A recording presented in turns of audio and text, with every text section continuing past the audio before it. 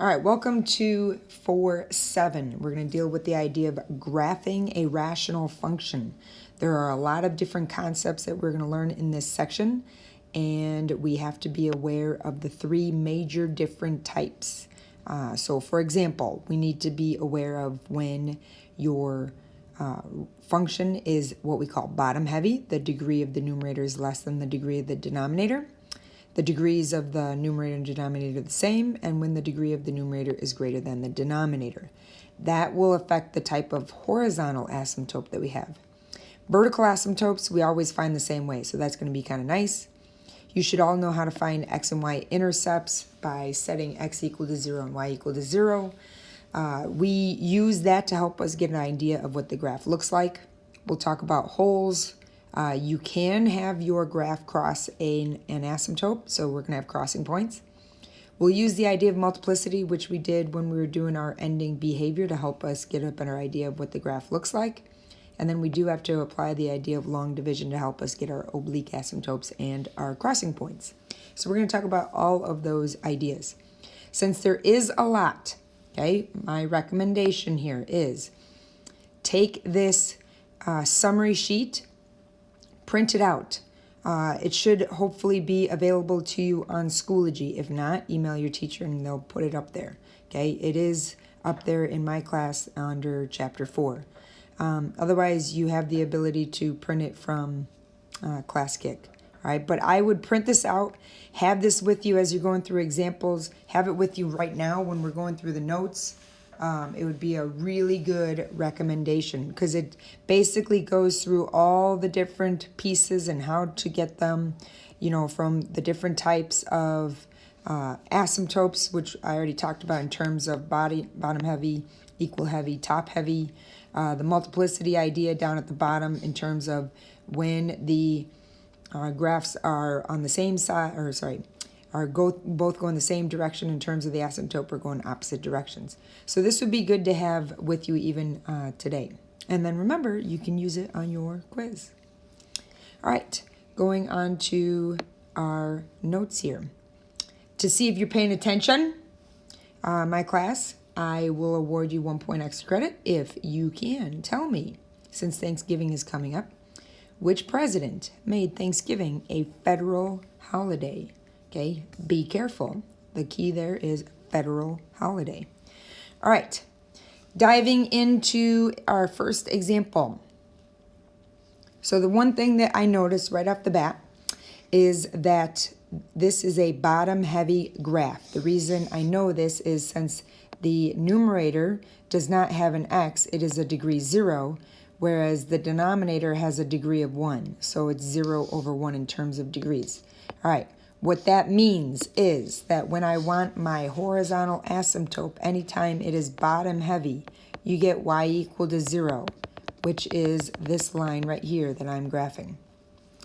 Anytime I want to find a vertical asymptote, I will always set the denominator equal to 0. Okay, so I am going to set x plus 3 equal to 0, solve, and I get x equal to negative 3. So my vertical asymptote, x equal to negative 3. This is how you always do your vertical asymptotes. All right? Okay, I put in that line there. Now I have that. All right, I'll start at the top here with holes. All right, so what we're looking for if we were to have holes is a situation like the following. Let's say I had an x plus 2 over an x plus 3 times an x plus 2. Holes occur when you have situations like this in which parentheses cancel each other out. Since we do not have this situation in our example here, it is not applicable. NA, okay? We don't have a situation with that. All right, x-intercepts and y-intercepts. Anytime I want to find an x-intercept, you were probably taught the idea that, hey, just set y equal to 0 and solve. There's an easier way, okay? Always set your numerator equal to 0. In this case, I would have 1 equal to 0. Since 1 doesn't equal 0, that means I don't have an x-intercept. Nada, none. Now, I'll show you the idea of setting y equal to 0. 0 equals 1 over x plus 3. Make 0 into 1, 0 over 1. Cross multiply, I get 1. Cross multiply, I get 0. And I get back to what I started with, 1 equal to 0. But doing the numerator equal to 0 is a heck of a lot faster. Okay? So, set your numerator equal to 0. All right. And since we don't have one, I don't have to plot anything. Anytime I want to do the y-intercept, now I want to set x equal to 0. Okay, this you do have to do. So, y would equal a 1 over 0 plus 3, which is basically 1/3. So, therefore, I got a 0, comma, 1 over 3. 0, comma, 1 over 3 is a point right here, which does tell me that means that the graph is in what we would kind of consider like the first quadrant here. Now, I can find other points by like, say, hey, plugging in 2. Okay, if I plugged in a 2, I would have y equal to 1 over 2 plus, sorry, that's a negative 2. Negative 2, then I would have 1 over 1, which is 1. So negative 2 comma 1. That gives me an idea that the graph is doing this. Okay. All right, I can also plug in, say, like a negative 4.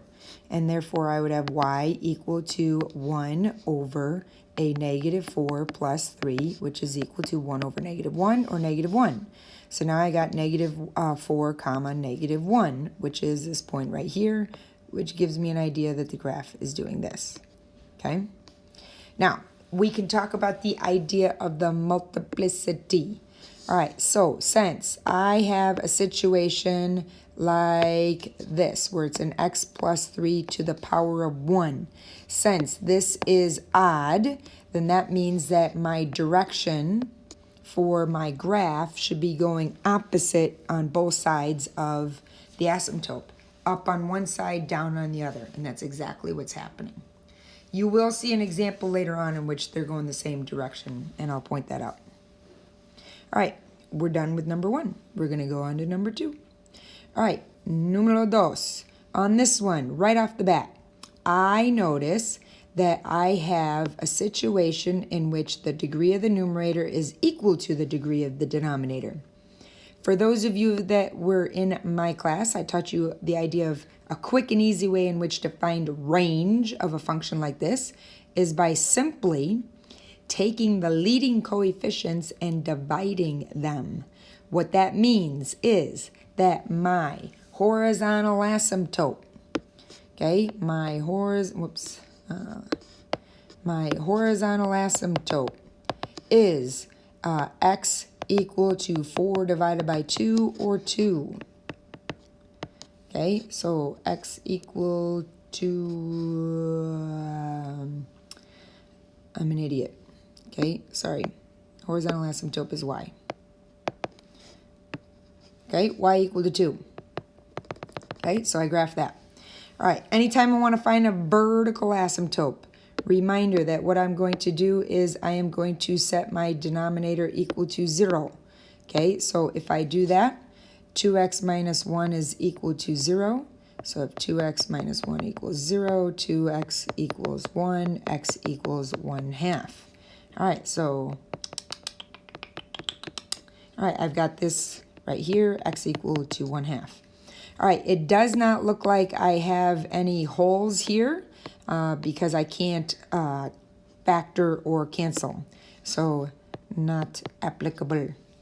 All right, if I want to find my x-intercept, reminder, I talked about the idea of setting the numerator equal to 0.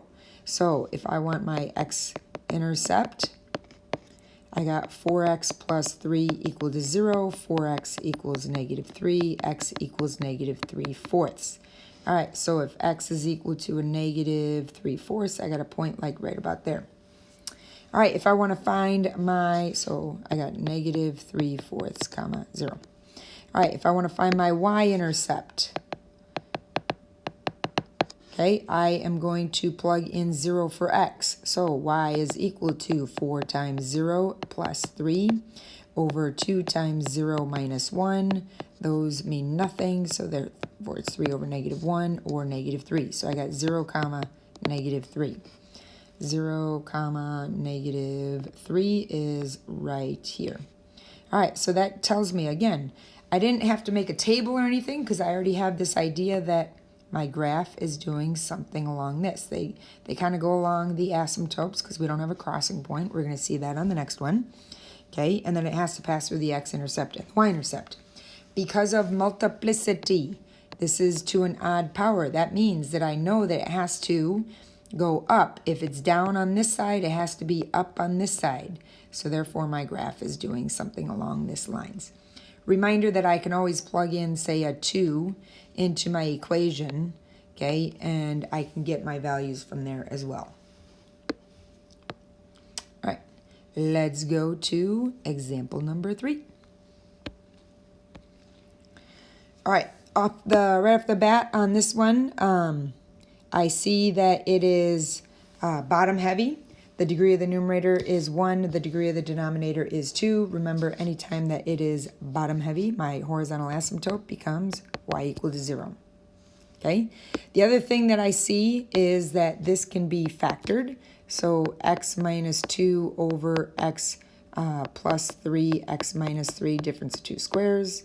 All right? The reason I need to do that is because now this tells me my two vertical asymptotes are x equal to 3 and x equal to negative 3. So if I graph 3, here's my negative 3.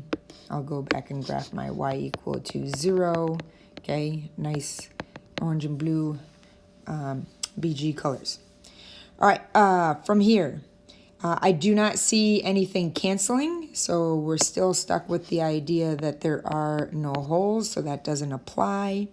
All right, so then I'm going to go and do my x-intercept. Okay, so for my x-intercept, remember I'm going to set the numerator equal to 0, so x is equal to 2. So that means I have this point right here. Notice that that point is on the asymptote, which means that my graph is going to cross the asymptote. Later on, I might put something like this. Label your crossing points. If I do that, you would say, oh, I have one at 2 comma 0. Okay?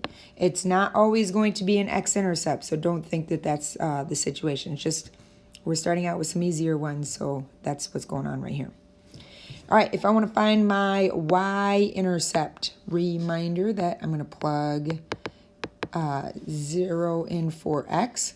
So y is equal to 0 minus 2 over 0 squared minus 9. Those don't mean anything, and so I get a positive 2/9. So I got 0 comma 2/9. Again, this point is right here. This gives me a good idea of what the graph looks like. Notice that I only have one x-intercept. If I had another one, then I would know that the graph is doing this. But I don't, so therefore my graph must be more of like an S shape. It must be coming down through this point, crossing this through this point at the x-intercept, and then coming down here. Okay? All right, multiplicity. If I want to keep using this idea, okay, since I have a 1, x plus 3 to the 1 power, and x minus 3 to the 1 power, that means that I have to have alternating situations. So what that means is if it's down on this side of x equal to 3, it must be up on this side. Okay, if it is up on this side for x equal to negative 3, it must be down on this side. Again, if you want, you can always plug numbers in and show that it works as well, okay? If your teacher wants more specific points, they may want you to like make a chart as well, okay? But this should be good. All right, example 4. Now you're going to see a difference with the multiplicity, okay? So we're going to compare number 3 to number 4. All right, on this one, when I multiply through here, okay, I got a negative 2x, which means I have a degree of 1. If I FOIL, I get an x squared times an x, which means I get an x cubed eventually. All right, what that means is the degree of the numerator is 1, the degree of the denominator is 3, so it's bottom heavy, giving me a horizontal asymptote of y equal to 0, which is this line right there. All right, in terms of vertical asymptote, okay, you should understand that you're going to have one at -1. You do not need to do it twice. Okay, there is only one vertical asymptote here. The multiplicity thing is what's going to apply in terms of the arrows. And then you should have one at x equal to +4. Okay, so you've got this. All right, I'm going to go and do the x-intercept. Okay, x-intercept, set the numerator equal to 0. So -2 times x minus 3 equal to 0. -2x plus 6 equals 0. -2x equals -6. X equals a tree. So therefore, I've got a 3, 0. Again, it looks like I have a crossing point at 3, 0. It's crossing the asymptote. If I want to do the y-intercept, okay, plugging 0 in for x, so y equal to -2 times 0 minus 3, all over 0 plus 1 quantity squared times 0 minus 4. Okay, this gives me -2 times -3 is +6. This gives me 1 squared, which is 1, times -4 is -4. Okay, which gives me a -3/2. Okay, so therefore -1.5 is what the graph looks like. Okay, yeah, all right. So that again gives me an idea that my graph must be following along this asymptote, crossing here, going over here to my y-intercept, and then going down. Okay. All right, so holes. For this one, we should have, again, there's nothing factoring and canceling, so that doesn't affect us.